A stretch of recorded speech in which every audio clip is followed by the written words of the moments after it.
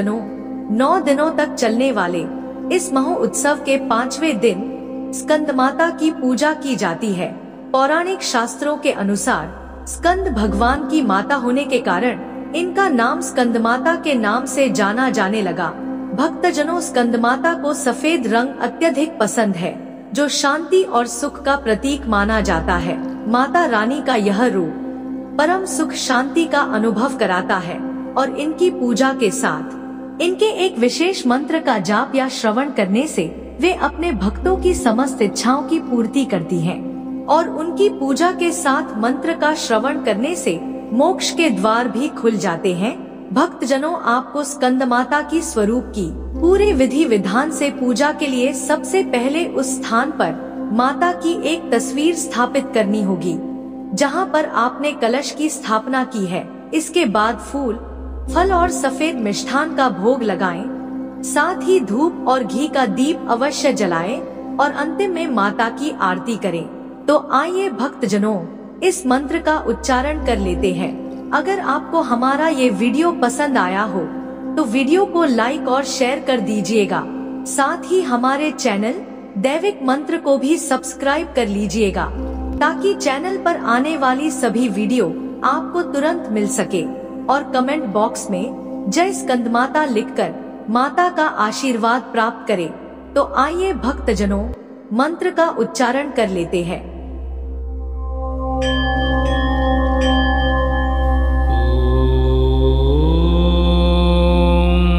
देवी स्कंदमाताय नमः।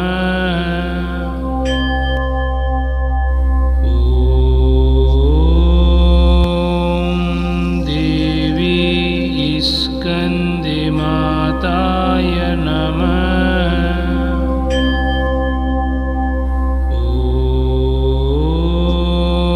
ओम देवी स्कंदमाताय नमः।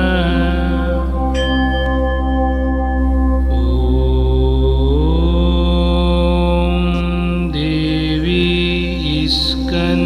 स्कंदमाताय नमः। ओम देवी स्कंदमाताय नमः।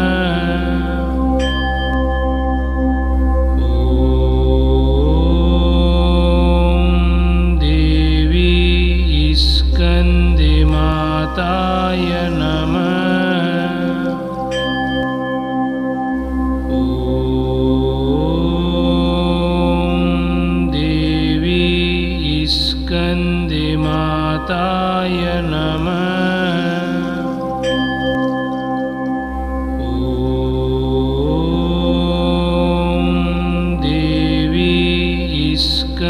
स्कंदमाताय नमः। ओम देवी स्कंदमाताय नमः। ओम देवी स्कंदमाताय नमः। स्कंदमाताय नमः।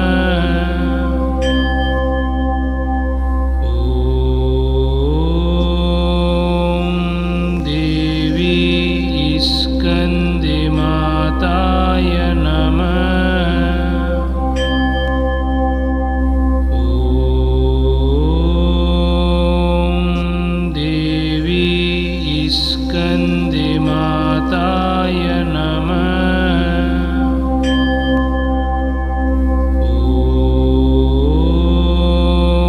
ओम देवी स्कंदमाताय नमः।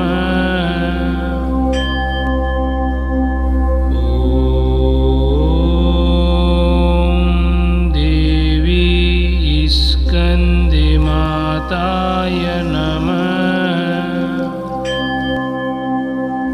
ओम देवी स्कंदमाताय नमः। ओम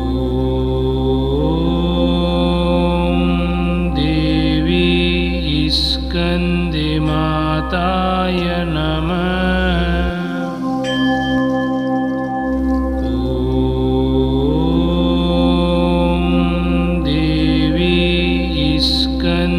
माताय नमः। ॐ देवी स्कन्दमाताय नमः। ॐ देवी स्कन्दमाताय नमः।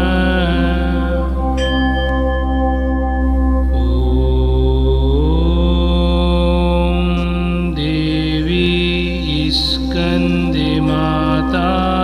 नमः। ॐ देवी स्कन्दमाताय नमः। स्कन्दमाताय नमः। ॐ देवी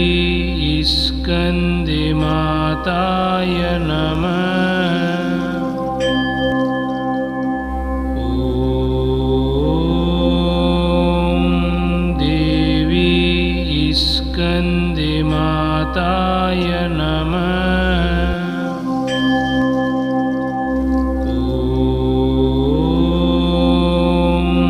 देवी स्कन्दमाताय नमः।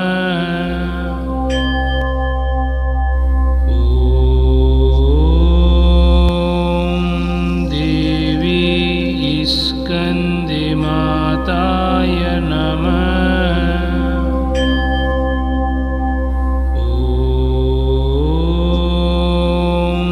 देवी स्कन्दमाताय नमः।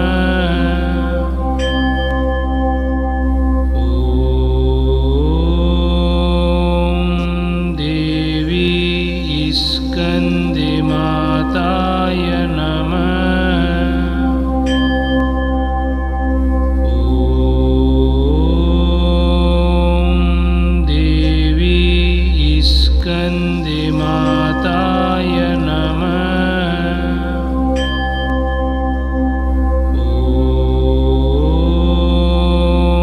ॐ देवी स्कन्दमाताय नमः।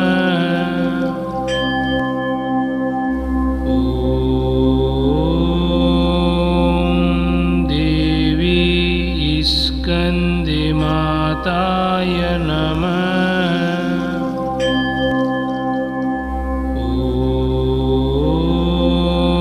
ॐ देवी स्कन्दमाताय नमः। ॐ देवी स्कन्दमाताय नमः।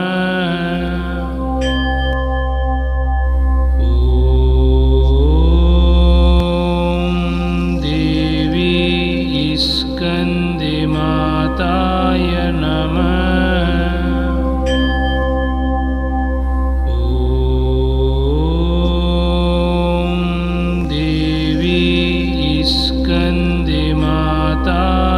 नमः।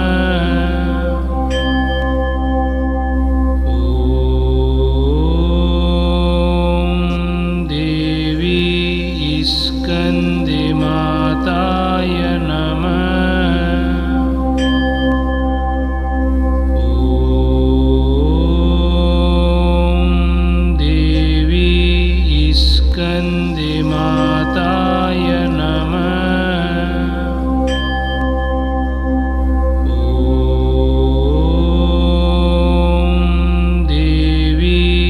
स्कन्दमाताय नमः। ॐ देवी स्कन्दमाताय स्कन्दिमाताय नमः। ॐ देवी स्कन्दिमाताय नमः।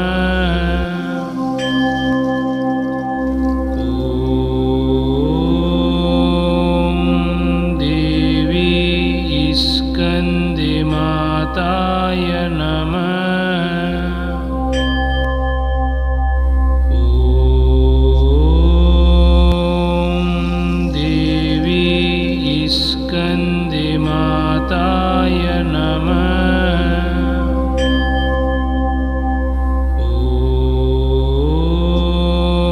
ॐ देवी स्कन्दिमाताय नमः।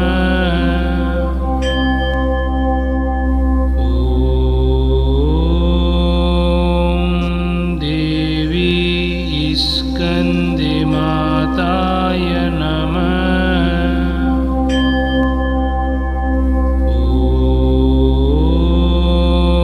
ॐ देवी स्कन्दिमाताय नमः।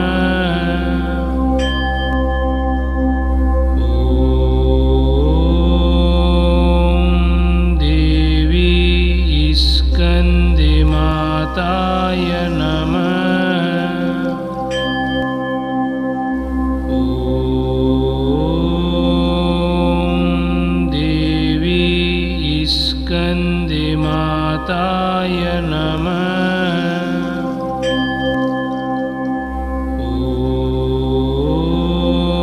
ॐ देवी स्कन्दिमाताय नमः।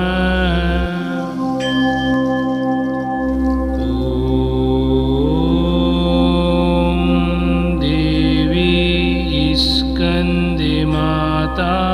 नमः। ॐ देवी स्कन्दिमाताय नमः। ॐ देवी स्कन्दिमाताय नमः। ॐ देवी स्कन्दिमाताय नमः। ॐ देवी स्कन्दिमाताय नमः।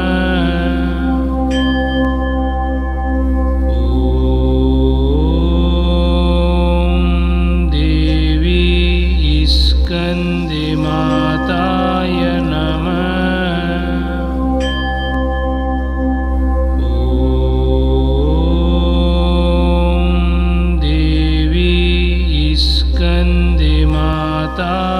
नमः।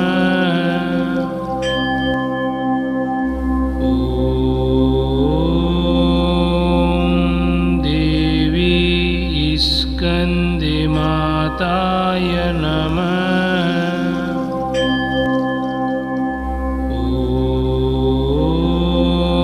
ॐ देवी स्कन्दिमाताय नमः।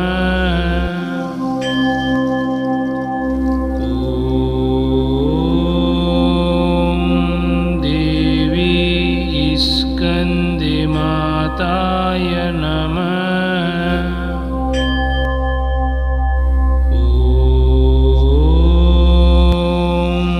देवी स्कन्दिमाताय नमः।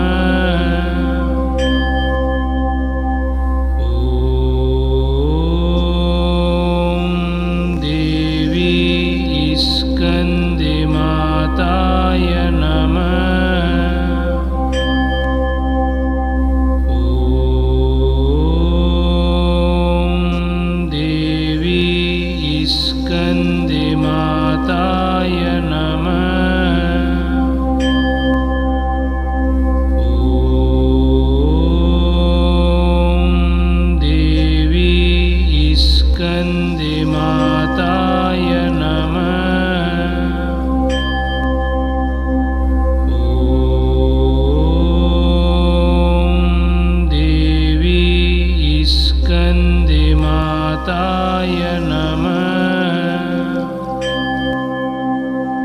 ॐ देवी स्कन्दिमाताय नमः।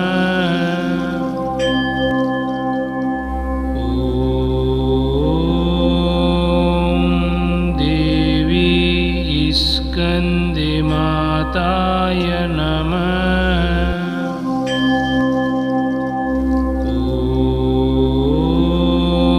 ॐ देवी स्कन्दिमाताय नमः। ॐ देवी स्कन्दिमाताय नमः। ॐ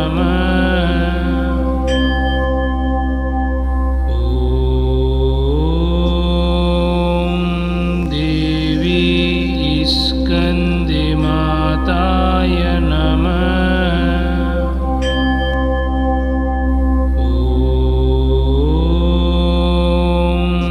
देवी स्कन्दिमाताय नमः।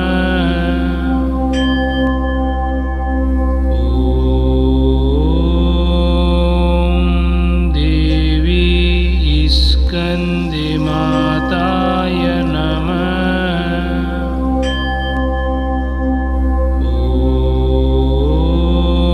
ॐ देवी स्कन्दिमाताय नमः। ॐ देवी स्कन्दिमाताय नमः।